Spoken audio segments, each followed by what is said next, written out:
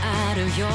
聞いてほしいな些細なことも、口だって冗談だって泣き言だって、君には全部知ってほしい。話したいことが少しでも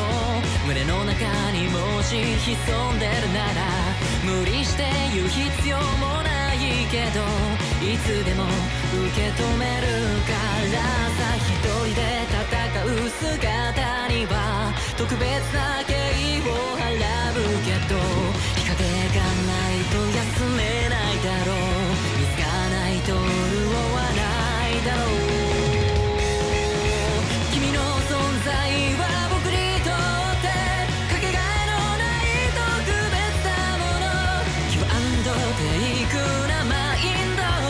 気分気分に変えるくらいに、ひとときも離れず寄り添いたいけど、それはただ僕のエゴイズム。せめてこの歌が君のそばで